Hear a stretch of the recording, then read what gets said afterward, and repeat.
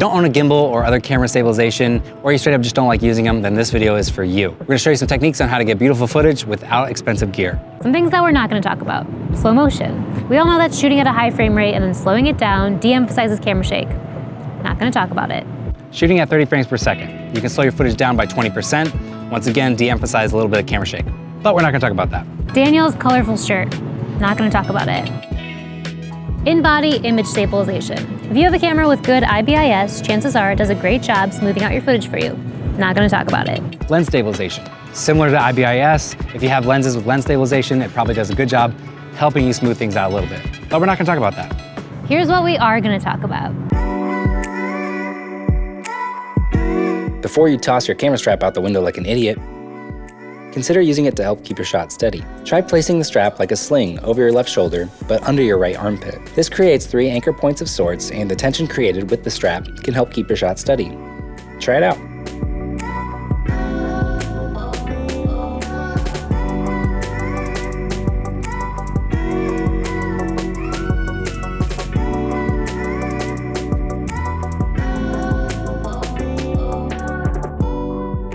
The camera strap technique works well for mirrorless or DSLR cameras, but if you're using a larger cinema camera, for instance, it's simply going to be too heavy to hold out in front of you for an extended period of time. Instead, hold the camera close to your body, even using your body for support.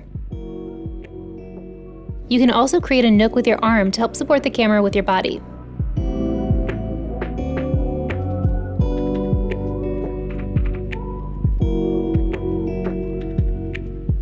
Remember, a little bit of handheld shake can actually be good to add the human element back into your story. If it bothers you, try adding a little bit of warp stabilization in post-production.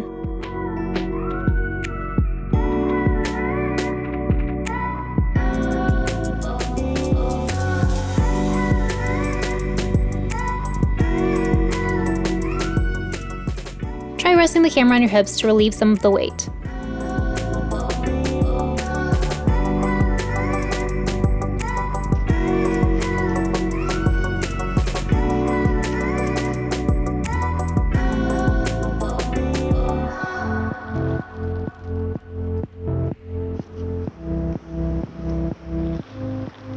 Daniel also rested the camera on his belt to get some smooth shots.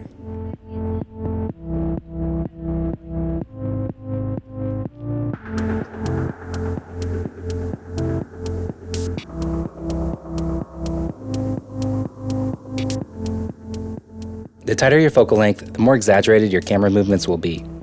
This is why we recommend shooting with wider focal lengths. Let's compare a 16mm focal length with a 50mm as I pivot to put Rachel front and center.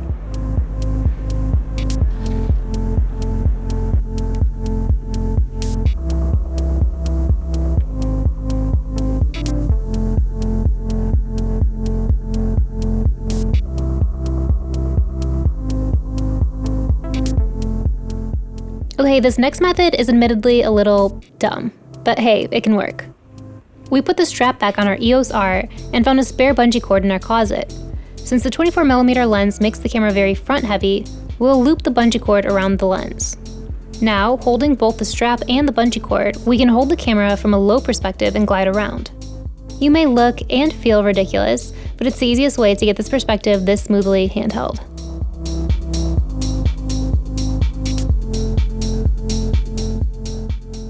This tip actually comes straight from Robert Yeoman, who has been the DP on several Wes Anderson movies.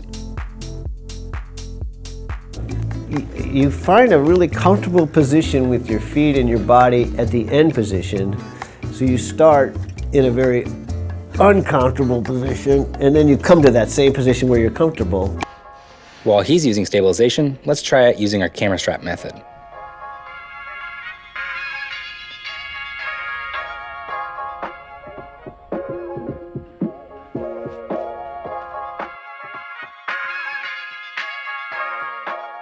Not bad. Thanks for watching. As always, our goal is to inspire you to shoot with whatever gear you have. Try not to let your gear or lack of gear hold you back. If you like this video, hit that thumbs up button and consider subscribing for more videos like this. See you in the next one.